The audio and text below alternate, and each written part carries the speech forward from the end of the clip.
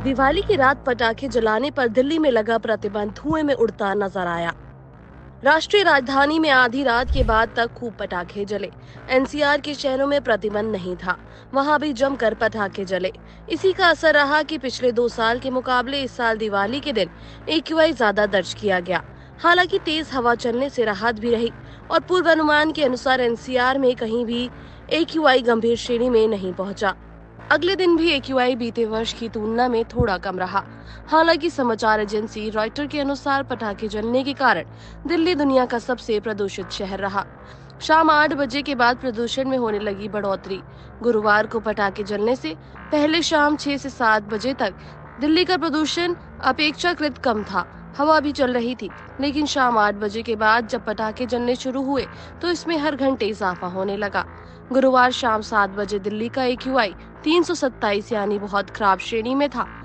रात 11 बजे के लगभग ये 330 दर्ज हुआ और शुक्रवार सुबह 7 बजे 362 तक हो गया।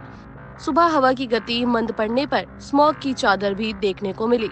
डिसीजन सपोर्ट सिस्टम की माने तो पड़ोसी राज्यों विशेष रूप से पंजाब और हरियाणा में पराली जलाने से पीएम 2.5 प्रदूषण में 27% तक प्रदूषण रहा।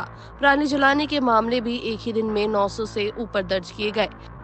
परिवहन शहर में प्रदूषण का एक अन्य प्रमुख कारण रहा, जिसने 13% का योगदान किया।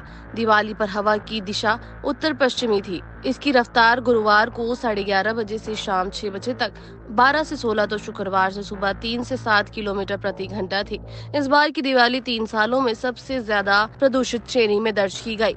पटाखे जलाए जाने और मौसमी कारकों से दिल्ली के वायु गुणवत्ता स्तर में पिछले 2 सालों के मुकाबले गिरावट देखने को मिली।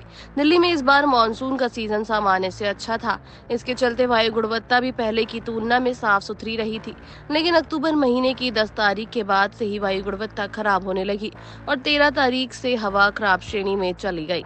उत्तर भारत के मैदानी इलाकों में 3 से 4 दिनों में तापमान में गिरावट होने लगेगी, किंतु ऐसा एकाएक नहीं होगा। तापमान धीरे धीरे गोता लगाएगा।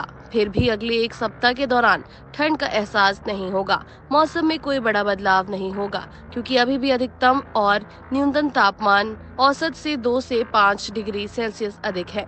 नवंबर महीने में बारिश और तापमान का अनुमान जारी करते हुए मौसम विभाग ने कहा है कि अगले हफ्ते से तापमान में गिरावट प्रारंभ होगी। पहले धीरे धीरे गिरकर सामान्य स्तर पर आएगा, फिर सामान्य से नीचे आएगा। उसके बाद ही ठंड की दस्तक होगी।